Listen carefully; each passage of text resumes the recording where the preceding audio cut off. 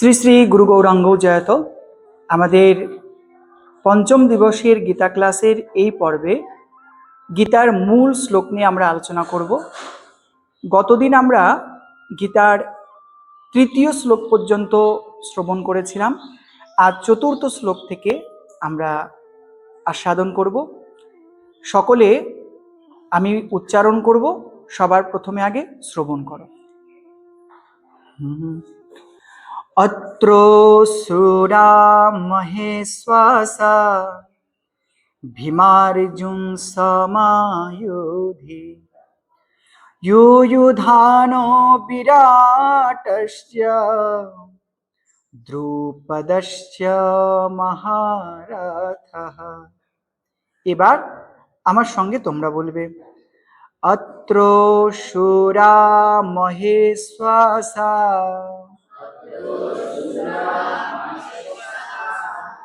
ভীমার্জুন সমায়ুধি ইয়ুধানো বিরাটস্য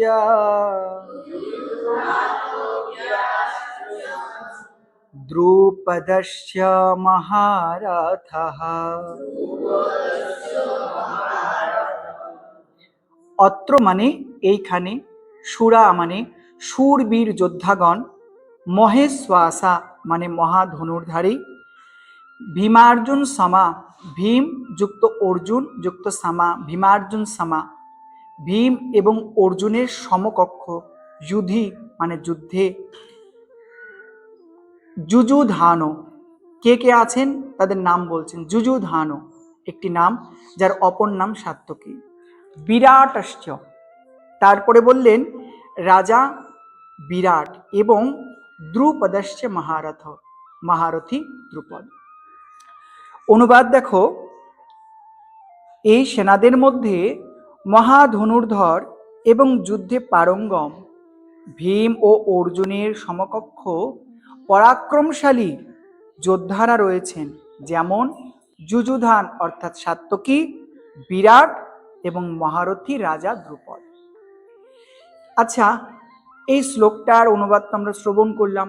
এটা আমরা কি মনে হচ্ছে, এই তো কটা নাম, যে দুর্যোধন দেখে বলছে, দেখুন হে আচার্য দ্রোণাচার্য, দেখুন আমাদের সঙ্গে যুদ্ধ করবার জন্য কারা কারা আছে, সামান্য কটা নাম। কিন্তু কখনো কি আমাদের মনে গীতা পড়তে গিয়ে প্রশ্নটা হয়েছে যে দুর্যোধন আগে কেন যুযুধান অর্থাৎ সাত্যকীর নাম করলো? আগে তো বিরাটের নাম করতে পারতো, আগে তো দ্রুপদের নাম করতে পারতো। আবার দেখো, দ্রুপদের এই যুযুধান আর দ্রুপদের মাঝখানে আবার বিরাটের নাম উচ্চারণ করেছে কেন?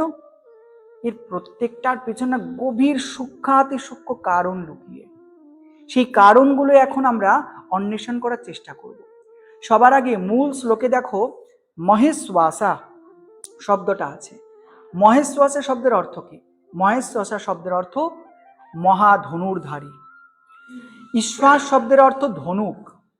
ধনুক মানে বুঝেছ, যেখানে বাণ সংযোজন করে নিক্ষেপ করা হয়। মহেশ্বাসে মহাধনুক মানে বিশাল আকৃতির ধনুক, যে যোদ্ধাগণ নিয়ে যোদ্ধা করেন তাদেরকে বলা হয় মহেশ্বাসা বা মহাধনুর্ধারী। বোঝা গেল? এই ধনুকগুলো চালনা করা জন্য অতিরিক্ত বল, পরিশ্রম এবং খুব শস্ত্র নিপুণতা থাকার দরকার। সাধারণ ব্যক্তি এই ধনুক চালনা করতে পারে না। অতিরিক্ত বল দ্বারা, প্রেসার দ্বারা যদি এই তীর নিক্ষেপ না করা হয়, তবে সেই তীর কোনো কার্যকারী হয় না। যার কারণে যারা এই মহাধনুর্ধারী তারা মস্ত বড় মানে শক্তিশালী হন। কেমন? উদাহরণ দেওয়ার জন্য বলছেন, ভীমার্জুন সমায়ুধি, ভীমের মতো তারা বলবান এবং অর্জুনের মতো তারা সেই শস্ত্রধারী। ওই জন্য ভীম আর অর্জুনের সঙ্গে তুলনা করেছে। এবার তারপরে বলছে কে কে তারা। প্রথমে বলে যুযুধান। কে এই যুযুধান? এই যুযুধান ছিলেন, তিনি দ্বারকাবাসী, পরমেশ্বর ভগবান শ্রীকৃষ্ণের অন্তরঙ্গ একজন।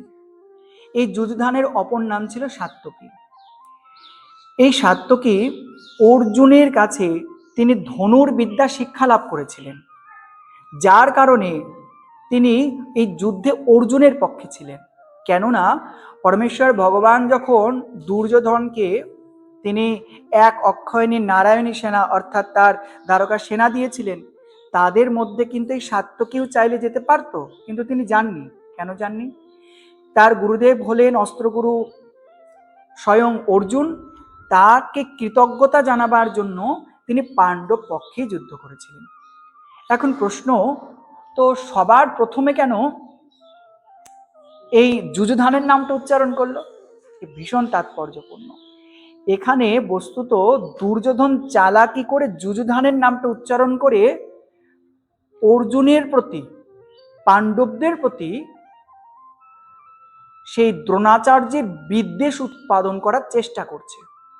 যেমন এই যে তোমার যুযুধান, একে অর্জুন সর্বজ্ঞান দিয়ে অর্জুনের সমকক্ষ যোদ্ধা বানিয়েছেন, কিন্তু পূর্বে দ্রোণাচার্য অর্জুনকে আশীর্বাদ করেছিলেন, অর্জুন আমি তোমায় বর দিচ্ছি, তোমার সমকক্ষ যোদ্ধা ত্রিভুবনে আর কেউ হবে না।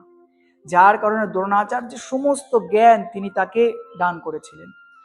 এই দ্রোণাচার্যেরকে এই নামটা উচ্চারণ করে দুর্যোধন বোঝাবার চেষ্টা করছে, গুরুদেব আপনি যাকে সর্বস্ব দিয়েছেন, যাকে আপনি সব দিয়ে তার সমকক্ষ যাতে যোদ্ধা নয় এমন বানাবার চেষ্টা করেছেন, সে কিনা তার সমকক্ষ একজন শিষ্য বানিয়ে নিয়েছে, যে এই সাত্যকী এই যুযুধান। দেখুন গুরুদেব, আবার সে কিনা তার পক্ষেই আপনার বিরুদ্ধে অস্ত্র নিয়ে আপনাকে মারার জন্য উঠে পড়ে লেগেছে, আপনার বিরুদ্ধে যুদ্ধ করছেন।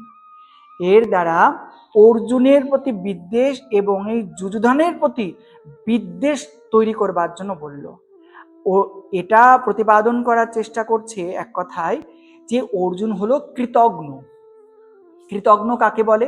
দেখো তিনটি শব্দ আছে, কৃতজ্ঞ, অকৃতজ্ঞ আর কৃতজ্ঞ। কৃতজ্ঞ কাকে বলে? যে উপকারীর উপকার স্বীকার করে তাকে বলে কৃতজ্ঞ, যে উপকারীর উপকার স্বীকার করে না তাকে বলে অকৃতজ্ঞ, আর যে উপকারীর অপকার করে সে হলো কৃতজ্ঞ।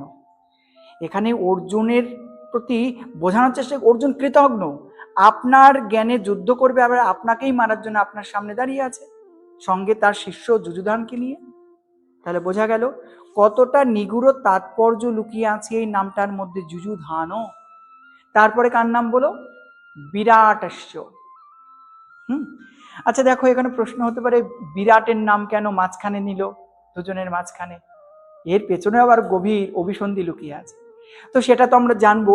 তার আগে বিরাটকে আগে জেনে নিই। রাজা বিরাট ছিলেন মৎস্য দেশের রাজা। এই মৎস্য দেশের রাজার রাজ্যে যখন পঞ্চপাণ্ডবগণ অজ্ঞাতবাসে ছিলেন, তখন তারা ছদ্মবেশে তার রাজ্যে ছিলেন।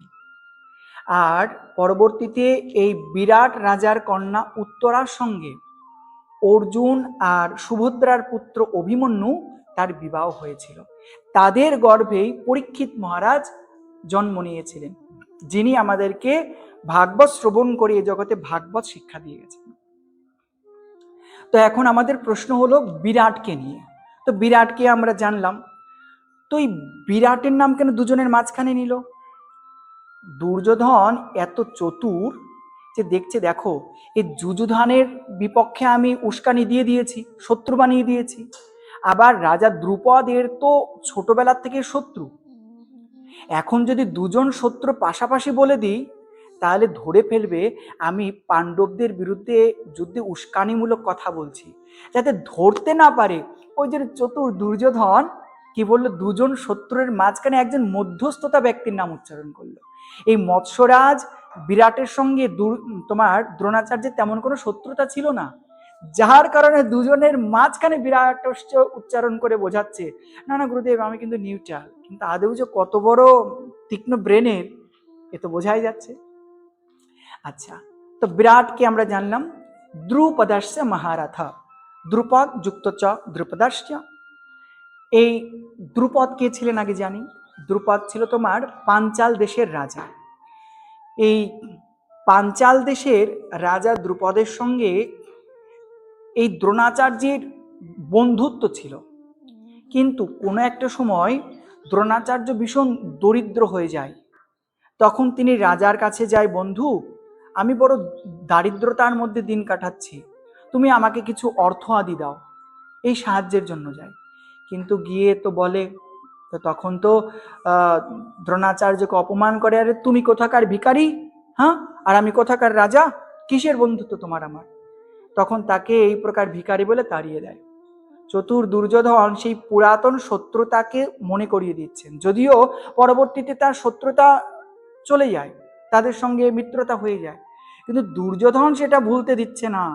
চতুর দুর্যোধন চালাকি করে দ্রুপদের নাম উচ্চারণ করে বলছে, গুরুদেব ভাবুন, আপনাকে ভিখারি বলেছিল, আবার আপনাকেই ওই সময় মারার জন্য সে আবার যজ্ঞের মাধ্যমে তার পুত্র ধৃষ্টদ্যুম্নকে জন্ম দিয়েছে, তারাই এবার আপনার সঙ্গে যুদ্ধ করবার জন্য সামনে দাঁড়িয়ে।